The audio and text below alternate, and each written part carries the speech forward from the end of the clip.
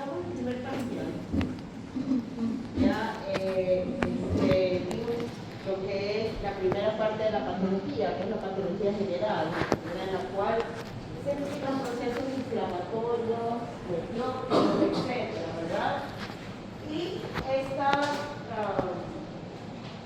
este parcial vamos a estudiar lo que se llama patología sistémica o general, ¿okay? En la cual vamos a aplicar todos aquellos conocimientos que tenemos del primer parcial y es aplicado a los tejidos y órganos que forman parte de los aparatos y sistemas del cuerpo y cómo ellos se ven afectados por los procesos patológicos, ¿verdad? Entonces, ahora vamos a ver la patología por órganos, por sistema, ¿ok? Entonces vamos a empezar, bueno, eso aquí es la respuesta tisular básica, la respuesta de un tejido frente a una agresión, básicamente se puede reducir en estos cuatro acápites, ¿verdad? Que ya los hemos visto todos: la adaptación, la inflamación, la muerte, necrosis y las alteraciones del crecimiento, por ejemplo, en las neoplasias. ¿Okay? En este parcial vamos a empezar estudiando patologías de los linfocitos, ¿verdad? Y para lo cual vamos a darles una pequeña introducción. El cuerpo humano se defiende de las agresiones utilizando varios mecanismos de defensa, ¿verdad? Hay unos mecanismos de defensa que son las barreras físicas, que constituyen, por ejemplo, los epitelios gruesos, ¿verdad? Que constituyen, por ejemplo, la queratina de la piel. Esas son barreras físicas para defenderse de agresores, de procesos agresores, ¿ok? La primera. La segunda forma en la cual el organismo se va a defender de estos agresores es por la respuesta inflamatoria, ¿verdad? Entonces, mecanismos de defensa, barreras físicas, respuesta inflamatoria. La respuesta inflamatoria tiene como característica ser inespecífica, es decir, que siempre es igual independientemente del agresor. La inflamación aguda siempre es lo mismo, siempre son los neutrófilos, los fagosomas, etcétera, ¿sí? Siempre es de la misma manera, independientemente del estímulo agresor que sea. La tercera forma en la cual el organismo se va a defender de estas agresiones es por medio de la respuesta inmunitaria, ¿verdad? La respuesta inmunitaria tiene la característica de ser específica, quiere decir que se forman moléculas y especialmente dirigidas hacia cierto agente agresor. Entonces la respuesta inmunitaria es específica frente a la respuesta inflamatoria, que es inespecífica. ¿Ok? Pues ahí estamos claros. Entonces vamos a hablar un poco de respuesta inmunitaria y vamos a decirle que las células que están a cargo de la respuesta inmunitaria son los linfocitos. ¿Okay? Entonces los linfocitos están a cargo de la respuesta inmunitaria. Los linfocitos son unos glóbulos blancos, no granulocitos, ¿sí? Y que están a cargo de la respuesta inmunitaria. Acompañan a los linfocitos un grupo de células accesorias, por ejemplo, los macrófagos y todas aquellas células que tienen esta facultad de fagocitar y que forman lo que se llama el sistema mononuclear fagocítico. ¿Ok? Bien, ¿alguna pregunta hasta ahí? Todo está claro. Bien. Vamos a hablar entonces un poco de linfocitos, que es la célula encargada de la respuesta inmunitaria. Los linfocitos pueden ser de tres tipos: linfocitos B, linfocitos T y células NK. ¿Ok? Los linfocitos B son lo que se llama, son los que están hechos cargo de lo que se llama inmunidad tumoral. ¿Sí? ¿Por qué se llama inmunidad tumoral? Yo me acuerdo que cuando yo estudiaba medicina, estudiamos algo que se llamaba historia de la medicina. daban como un repaso de lo que había sido la medicina en las diferentes culturas, ¿sí? De los griegos, etcétera. Y había una de esas, que no me acuerdo cuál era, que le decía a los fluidos, les decían humores, ¿verdad? Entonces, se llama inmunidad humoral, porque los linfocitos que producen anticuerpos, y los anticuerpos son capaces de viajar a grandes distancias en la sangre, ¿verdad? Que circulan en la sangre. Entonces, por eso, a esta inmunidad a través de los anticuerpos se le llama inmunidad humoral, ¿ok? Mientras que los linfocitos T están hechos cargo de lo que se llama inmunidad celular, ¿sí? Por ejemplo, los linfocitos ayudadores o helper producen citocina, ¿verdad? Los citotóxicos, como su nombre lo indica, citotoxicidad, ¿ok? Y los supresores, bueno, regulan un poco esto.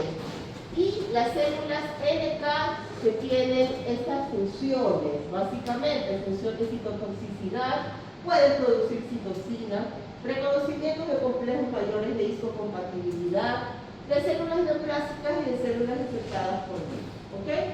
Entonces, usted ve linfocitos B, linfocitos T, células NK. ¿Cómo es un linfocito? Un linfocito es una célula pequeña que es ligeramente más grande que un glóbulo rojo, aproximadamente unos 9 micras, ¿verdad? Y que tiene un gran núcleo que ocupa el 90% de sus células. No todos los linfocitos son iguales, tienen ciertas variaciones, pero a ciencia cierta, si usted ve linfocitos en una placa teñida con hematoxilina y eosina, usted no va a poder saber cuál es un linfocito B, cuál es un linfocito T y cuál es una célula NK, ¿ok? No lo va a poder saber, excepto que, bueno, ya esto lo vamos a ver. ¿Cómo lo reconoce?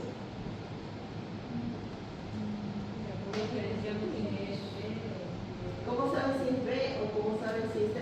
Vamos a ir un poco más allá de eso. ¿Cuál cree usted que puede ser la importancia de diferenciar, porque usted puede decir, bueno, que sea el linfocito que sea?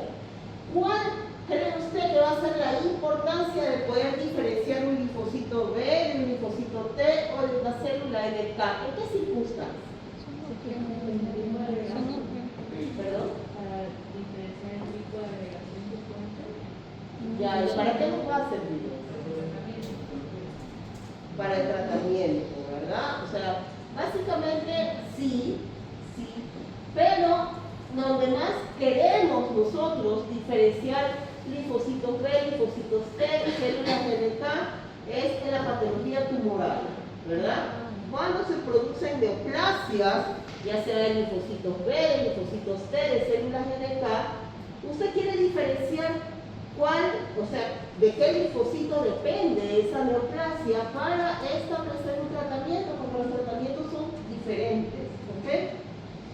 Entonces ya, eso es el por qué queremos diferenciar, y ahora el cómo los diferenciamos. Porque yo puedo decir que es una neoplasia del linfocito y ya, ¿cómo podemos diferenciar? ¿Cómo ayudamos a ese paciente? Porque cada célula tendría sus propios clústeres de diferenciación. Por los clústeres de diferenciación, ¿verdad? Cada célula tiene, cada uno de ellos tiene clústeres de diferenciación, como usted dice, o CD, que es la abreviatura, y que son, sí son característicos de cada uno de ellos. Por ejemplo, los linfocitos B tienen CD20, CD79A, etcétera, por decirle lo más común, ¿verdad? CD10, CD6, ¿sí? Un linfocito T, básicamente CD3, que es el común para todos, y de aquí de acuerdo que sea CD4, CD8, ¿verdad? Las células de NK, CD56, ¿ok? Entonces usted, ese CD, esa proteína de membrana que existe, es el antígeno, ¿ok? ¿ok? Es el antígeno, ¿ya? Para lo cual vamos a utilizar nosotros técnicas de inmunistoquímica, ¿ya? La técnica de inmunistoquímica es una técnica de tinción que se basa en la reacción antígeno-anticuerpo, ¿ok? Entonces, los CD de los linfocitos, que son las proteínas de la superficie, los CD de los linfocitos son los antígenos, ¿verdad? Nosotros vamos a aplicar con unas gotas encima del tejido, vamos a aplicar un anticuerpo que tiene un colorante, ¿ok? Dicho de una forma sencilla, es un poco más complejo, ¿ya? Pero aplica un anticuerpo con un colorante. Y si se produce la reacción antígeno-anticuerpo, el colorante tiñe, ¿sí? Entonces, básicamente, ese es el fundamento de una técnica de inmunistoquímica, ¿verdad? El antígeno está en el tejido y el anticuerpo es el que usted aplica. Aplica el anticuerpo como un colorante y si hace reacción antígeno-anticuerpo, el colorante tiñe. Por ejemplo, un linfocito B que tiene CD20 en su superficie, usted le aplica un anticuerpo anti-CD20, ¿ok? Si tiñe, quiere decir que es un linfocito B, ¿sí? Si tiene un linfocito T y tiene un CD3 en su superficie, y usted le pone un antígeno CD20, anti-CD20, no tiñe, ¿verdad? Entonces, usted así va a reconocer por medio de técnicas de inmunistoquímica, va a reconocer los diferentes tipos de linfocitos, ¿ok? Quiero saber si está claro para ustedes, si tienen alguna pregunta.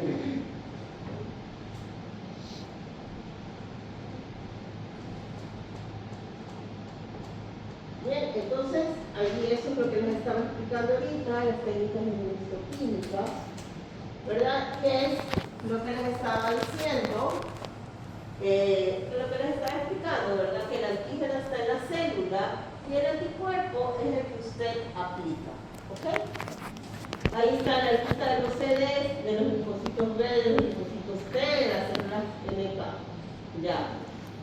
Y mire, aquí hay un ejemplo en el cual esta es una mucosa de duodeno, donde estas son las criptas de Lieber, mire, y en la lámina propia hay esta proliferación de células neoplásicas que teñidas con anti-CD20 se tiñen de ese color café, ¿verdad? Y lo que no está teñido es azul, ¿sí? Entonces lo negativo es azul, lo positivo es café, con esta técnica de inmunistoquímica, ¿verdad?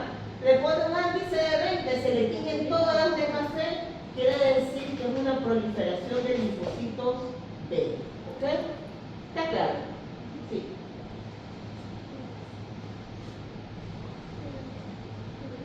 Bien, luego de eso vamos a decir qué son los órganos linfoides. Los órganos linfoides son aquellos donde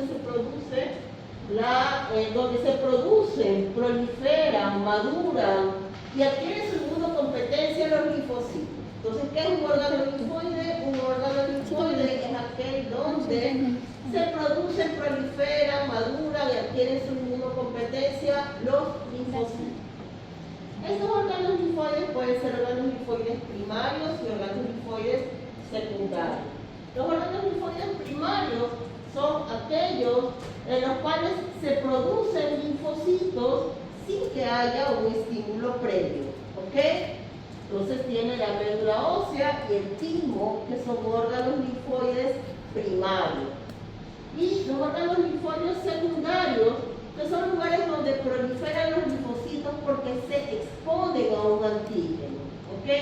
Entonces, en los órganos linfoides secundarios proliferan los linfocitos porque se ponen en contacto con un antígeno que estimula que se produzcan linfocitos, ¿ok?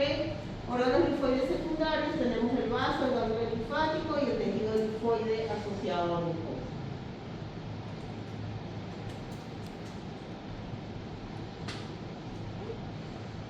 Bien, ahora vamos a ver la proliferación reactiva de linfocitos. Ahí está mal, disculpen.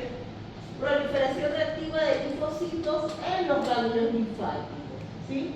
¿Qué es una proliferación reactiva? ¿Qué se le ocurre a usted? Proliferación reactiva. ¿Qué quiere decir eso? Acelerada. A ver, por acá, ¿qué?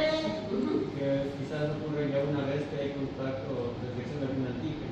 Sí, o sea, es una proliferación que se produce en respuesta a un estímulo, ¿verdad?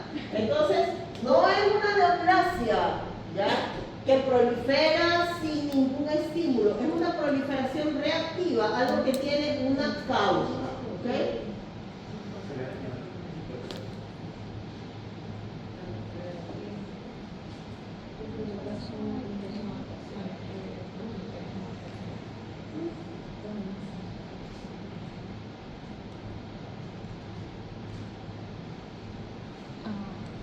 Para lo cual le vamos a decir que el ganglio linfático es un órgano que tiene forma de fresa, ¿verdad? Es un órgano linfoide secundario y es un órgano linfoide encapsulado, ¿verdad? El ganglio linfático tiene una cápsula de tejido conectivo de la cual emergen unos tabiques cortos. El ganglio linfático está organizado en su estructura en tres partes: corteza, médula y paracorteza.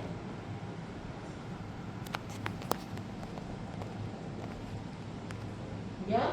La corteza es todo lo que está por debajo de la cápsula, ¿sí?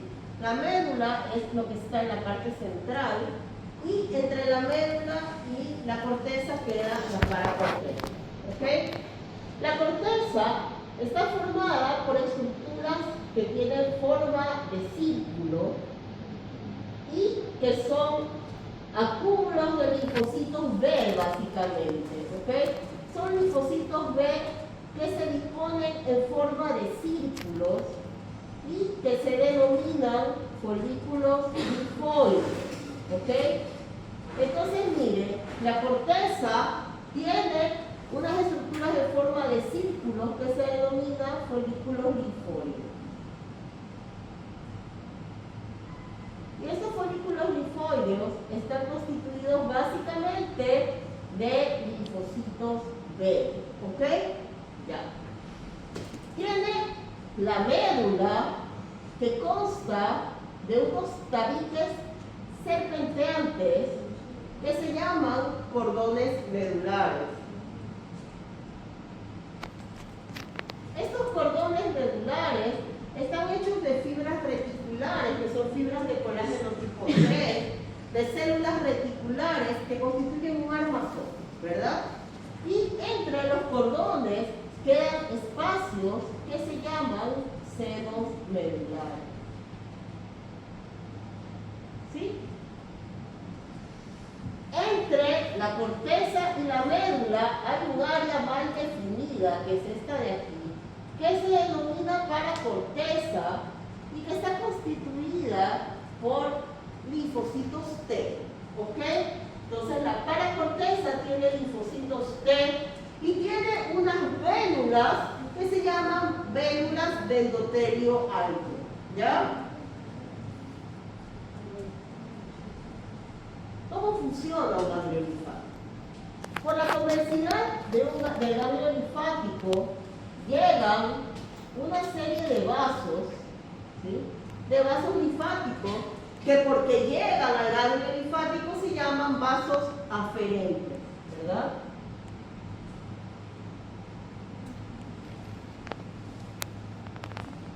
¿Sí? Por estos vasos aferentes llega la linfa al ganglio linfático, ¿verdad? Llega al ganglio linfático y se acumula en un espacio que queda por debajo de la cápsula que se llama seno subcapsular, ¿ok? Me olvidé de mandarles a estudiar, si no les hubiera mandado a estudiar esto.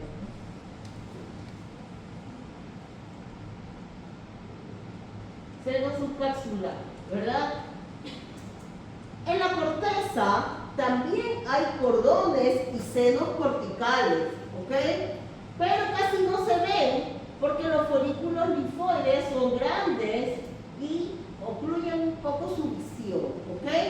Entonces, la linfa circula por el seno subcapsular, por los senos corticales, por los senos medulares y sale por un único vaso linfático que se llama vaso linfático eferente, ¿ya?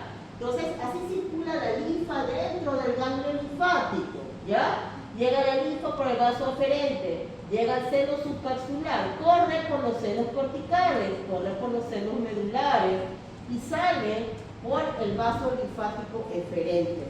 La linfa se filtra dentro del ganglio linfático y va exponiendo todos los antígenos que trae a las células, a los linfocitos que se encuentran dentro del ganglio linfático. ¿Ok?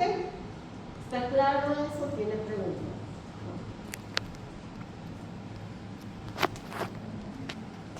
Bien, vamos a estudiar lo que se llaman las linfadenitis en esta clase. ¿Qué es la linfadenitis? La linfadenitis es la inflamación de los ganglios linfáticos, ¿ok? Linfadenitis. Estas linfadenitis pueden ser, de acuerdo a su curso, pueden ser linfadenitis aguda o pueden ser linfadenitis crónica. En esta clase vamos a estudiar las linfadenitis crónicas. Los patrones morfológicos de la linfadenitis crónica son tres, ¿sí? Hiperplasia folicular o linforeticular, que es lo mismo, ¿sí? Hiperplasia paracortical y congestión isquiositaria sinusal. Entonces, la linfadenitis, ¿qué es la linfadenitis? La inflamación de los ganglios linfáticos puede ser aguda o puede ser crónica, ¿ya? Y la crónica tiene estos tres patrones de presentación: la hiperplasia folicular o linforeticular, la hiperplasia paracortical y la congestión isquiositaria sinusal, ¿ok?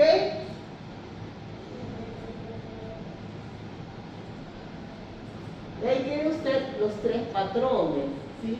En el cual la hiperplasia linforeticular o folicular es un crecimiento de los folículos linfoideos de la corteza del ganglio linfático, ¿ok?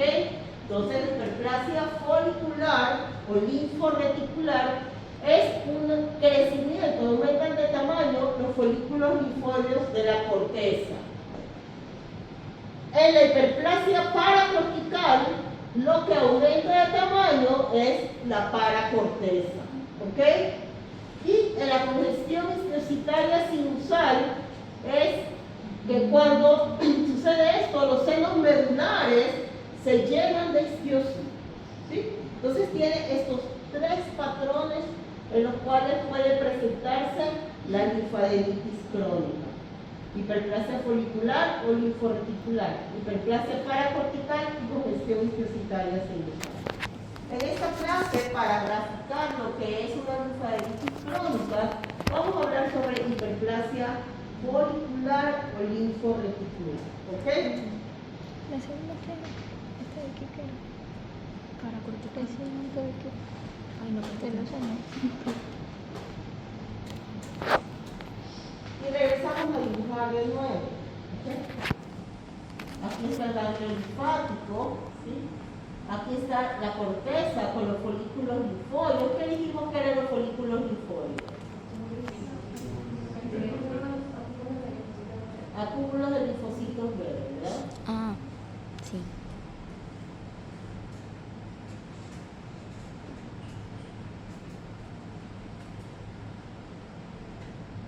Linfocitos verdes, ¿verdad?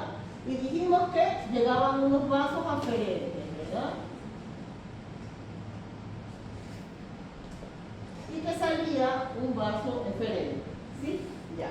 Ahora miren, estos folículos linfoides que no están siendo, no se han puesto en contacto con un antígeno, sino que están en reposo, ¿verdad?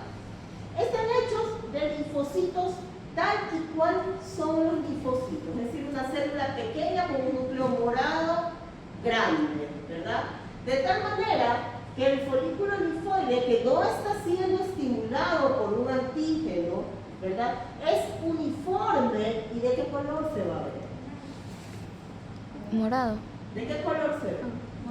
Morado. Morado, ¿verdad? Porque tiene muchos linfocitos que tienen los núcleos grandes, que ocupan el 90% de su célula, ¿verdad? Entonces, este folículo linfoide, que es homogéneo y todo de color morado, porque todas sus células son iguales, se denomina folículo linfoide primario.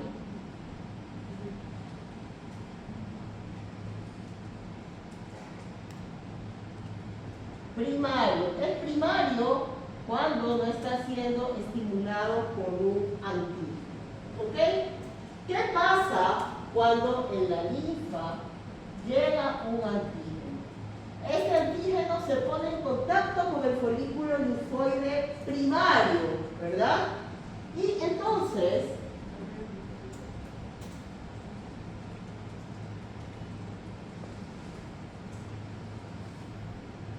cuando el antígeno se pone en contacto con el folículo linfoide primario, el folículo linfoide crece de tamaño, ¿verdad? Y los linfocitos B de ese folículo linfoide se activan, ¿verdad? Entonces, mire, tiene aquí usted un linfocito B, ¿ya?, que se expone, que tiene un antígeno de superficie de membrana, que es un anticuerpo, ¿verdad? ¿Sí? Y llega un antígeno y se expone a este linfocito B.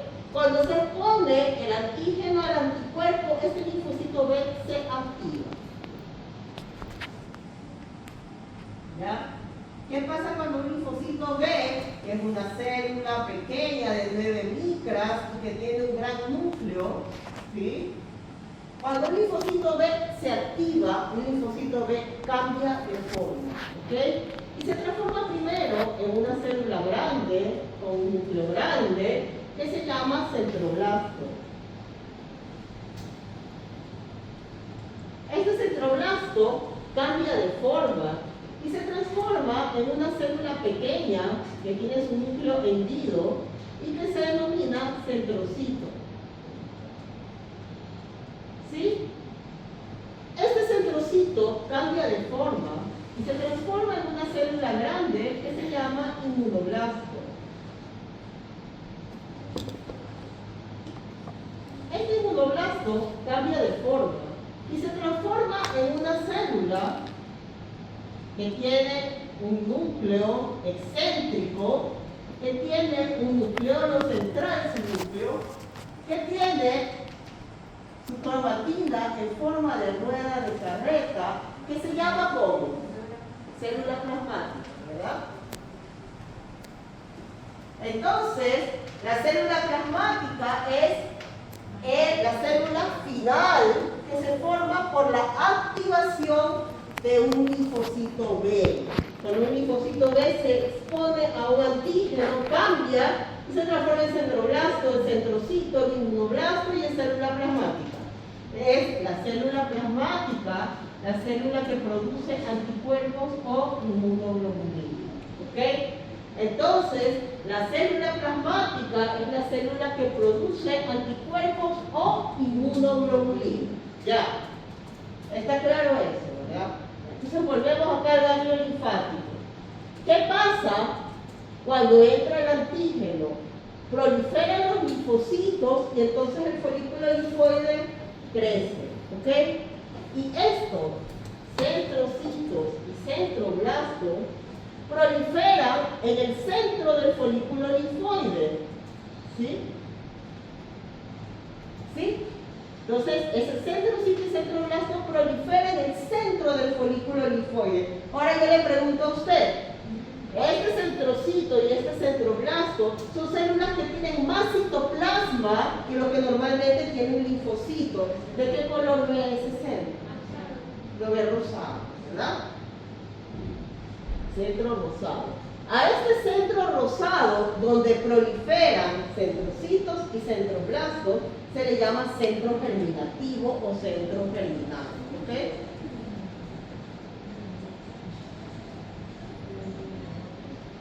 ¿Qué células tiene un centro germinal? Centrocitos y centroblastos. Entonces yo quiero que usted lo tenga bien claro. ¿Ok?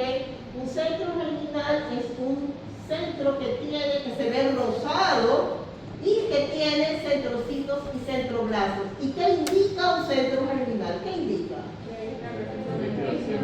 Ajá, que está siendo activado esos linfocitos, ¿verdad? A este folículo que tiene centro germinal se le llama folículo secundario.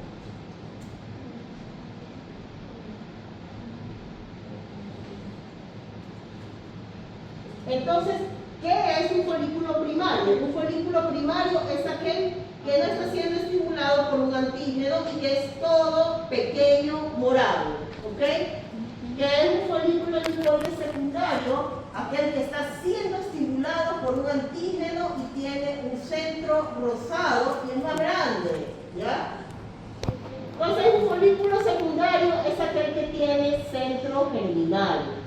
Y hacia la periferia hay linfocitos pequeños, iguales a los del folículo primario, que se denominan manto. ¿Ok? Entonces, un folículo linfoide secundario tiene centro germinal y tiene manto, ¿verdad? De eso se trata la hiperplasia linforeticular o folicular. Es cuando los folículos linfoides crecen, se transforman de folículos primarios a folículos secundarios porque se han expuesto a un antígeno. ¿Ok? ¿Está claro? ¿Alguien que no haya comprendido algo? El manto son los linfocitos pequeños, iguales que los originales, ¿verdad? Que quedan hacia la periferia del centro germinal.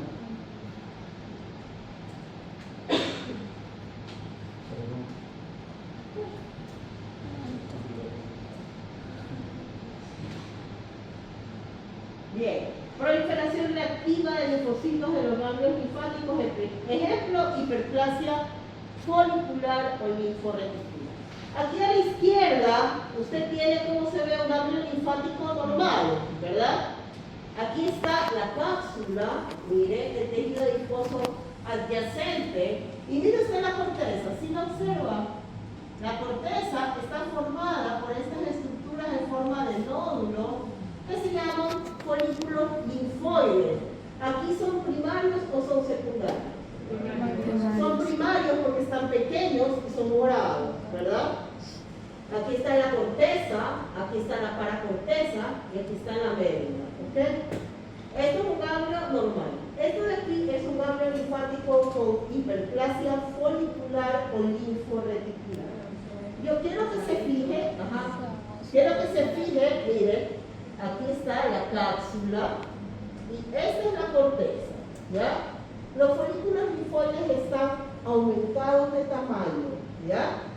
Y mire, esto de aquí es el manto, esto y esto, ¿ya? Y esta área rosada que queda en el centro de los folículos linfoides es el centro germinativo o centro germinal, ¿ya? Entonces, mire, los folículos aumentados de tamaño son folículos secundarios constituidos de centro germinativo y manto. ¿Ok? Ahora quiero que se fije también, como es un proceso reactivo, la estructura del ganglio linfático se conserva. Quiere decir que usted sí ve folículos más grandes, ve folículos secundarios, pero todos los folículos quedan en la corteza. Hay paracorteza y hay médula, ¿ok? O sea, la forma, la estructura del ganglio es una estructura conservada, ¿ok? La cápsula está respetada, lo único que pasa es que los folículos linfoides de la corteza aumentan de tamaño y se transforman de primarios en secundarios, ¿ok? Bueno, y ahí dice eso que les estaba diciendo.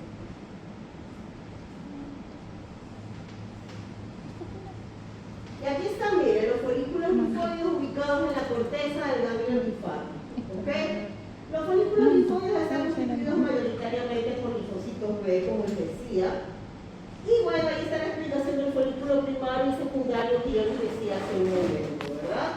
Y aquí está el linfocito B, aquí está el centro folicular, los centroblastos, los centrocitos, ¿ok? Centroblastos, célula grande, centrocitos, célula pequeña con el núcleo hendido, ¿ya? El área donde están los centroblastos se le denomina zona oscura del centro germinal, mientras que el área donde están los centrocitos es la zona clara del centro germinal, ¿ya? Pero eso está en referencia a la imagen de arriba, que como lo que vemos adentro son centrocitos y centroblastos. Sí. Los de los centroblastos están más de la periferia que los centrocitos. No, miren, esto de aquí es un folículo linfoide, ¿verdad? Todo esto de aquí es el bando, si lo observa, y esto de aquí es el centro germinal. Esta área de aquí, que la ve un poco más oscura que el resto, es la zona oscura donde están los centroblastos, ¿ya? Y el área donde está más claro es la zona clara, que es donde están los centrocitos. Ajá. De tal manera que un centro germinal tiene centroblastos y centrocitos. ¿Ya? Mezclados, no cada uno por... O sea, es más, porque el área donde están los centroblastos es un área de proliferación celular. Entonces, es un área más oscura, donde están aumentando el número de células, ¿verdad? En el área donde están los centrocitos es un área como de diferenciación, ¿ya? En el área también, es un área también en la cual se va a elegir cuáles son los que van a morir por apoptosis y cuáles son los que van a seguir el camino. Ajá. Bueno, y entonces, yo creo que todo eso ya les dije. Bien, hasta aquí. Quiero saber si está claro. Lo que le quiero recalcar es un proceso reactivo, hiperplasia, ¿ok? No es neoplasia. Las neoplasias linfoides, por otro lado, se llaman linfomas, ¿ok? Esto de aquí es la clasificación de la OMS de los linfomas, que en ningún momento quiero que usted se aprenda, pero igual, pero para la gente es lo que se van a pedir, pero yo no les voy a pedir que se la aprenda, ¿verdad? Para lo cual quiero que usted vea los grupos de estas neoplasias linfoides o linfomas. Los linfomas se dividen en dos grandes grupos, el linfoma de Hodgkin y el linfoma de Hodgkin, ¿verdad? Esto de aquí son los tipos de linfoma de Hodgkin, ¿ok? Esto de aquí, ¿ya? ¿Y qué es lo que vamos a ver en la próxima clase? ¿Ya? Entonces, linfoma de Hodgkin, solamente esto. Todos esos de allá son linfomas no Hodgkin, ¿ya? Y estos linfomas no Hodgkin se dividen en neoplasias de precursores de linfocitos B, neoplasias de linfocitos B periféricos, neoplasias de precursores de linfocitos T, neoplasias de linfocitos T periféricos y de todos estos que son citoclíticos naturales, ¿verdad? Entonces, esto de acá es no Hodgkin y esto de acá es linfoma linfoide. ¿Qué hay más que no? Mucho más. ¿Ya? Entonces, mire que para nuestra clase vamos a tomar un ejemplo, ¿ya? De linfoma no Hodgkin, que es este, que se llama linfoma folicular. ¿Okay? Es la contraparte neoplástica, ¿verdad? Bien, y ahí está, que es este linfoma folicular. El linfoma folicular, linfoma es una neoplasia maligna del linfocito. No es un proceso reactivo, es una neoplasia maligna del linfocito. ¿Ok? En este linfoma folicular, la célula deriva del centro germinativo. Por lo tanto, ¿qué tipo de linfoma es? ¿Es un linfoma de linfocitos B, linfocitos T o de células NK? de B, ¿verdad? Porque los folículos linfoides están hechos de linfocitos B, ¿verdad? Entonces, un linfoma folicular proviene del centro germinal, es decir, ¿de qué célula? Centroblastos o centrocitos, ¿verdad? Entonces es una neoplasia de centroblastos o centrocitos, o sea, de los dos, ¿no? Sino que predomina uno u otro. Esta célula del centro germinal sufre una mutación, básicamente una translocación en el BCL2. ¿Okay? El BCL2 es una proteína antiapoptótica, ¿ya? Esa translocación del BCL2 hace que el BCL2 se sobreexprese, ¿sí? De tal manera que hay más, o sea, se sobreexpresa el BCL2, ¿verdad? Y se refuerza esta capacidad antiapoptótica, de tal manera que la célula no muere por apoptosis y está más propensa a mutación, ¿verdad? Entonces, hay una translocación del BCL2 que produce su sobreexpresión, ¿verdad? ¿De cuál? De centrocitos o centroblastos, ¿ok? Ya. ¿Cuáles son? Lo que pasa es que todo es por porcentaje, ¿ya? Usted tiene que calcular el porcentaje de, o sea, se llama linfoma. Las características clínicas generales del linfoma folicular. Como un paciente que tiene un linfoma folicular tiene sus adenopatías periféricas aumentadas de tamaño e indoloras, ¿verdad? Puede tener compromiso de otros órganos linfoides, por ejemplo, de la médula ósea, del vaso. Puede haber también, sí, los espacios corta del hígado, ¿verdad? Puede expresarse también este linfoma, que puede estar solamente en los ganglios linfáticos, pero puede estar también en otros órganos del cuerpo. ¿Ok?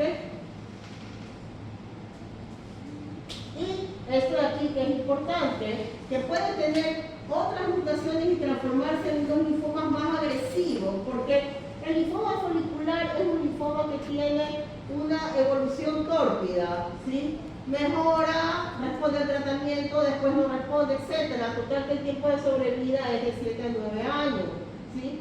Pero puede sufrir otras mutaciones y transformarse en linfomas más agresivos, como el linfoma difuso de células B grandes, ¿verdad?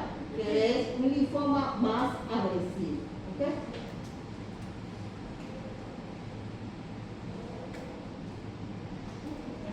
Y eso es un linfoma folicular, y allí usted tiene que establecer las diferencias entre el ganglio linfático con hiperplasia linforeticular y un ganglio linfático con un linfoma folicular.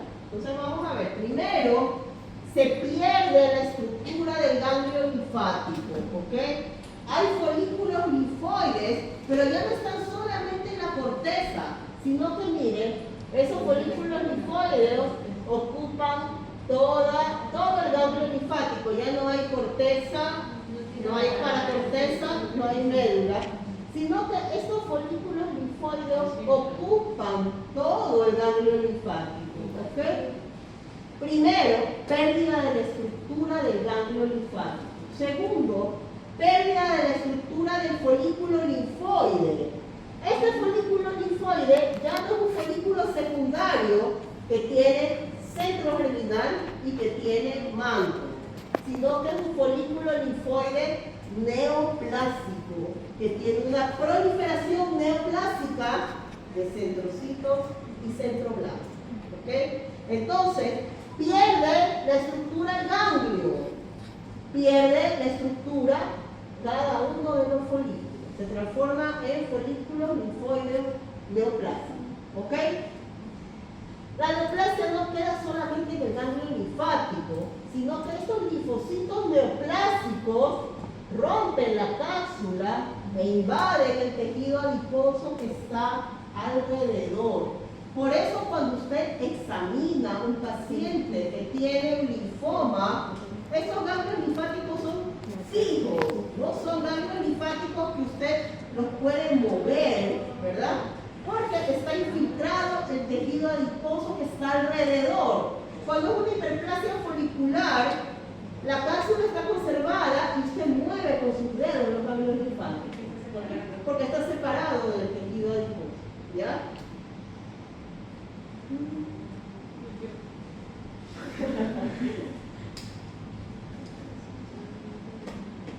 Bien, entonces los dos tipos de células que proliferan son los centrocitos, que son estas pequeñas, miren, que tienen el núcleo hendido sin la hendiduras, y los centroblastos, que son estas células grandes que tienen múltiples nucleolos prominentes.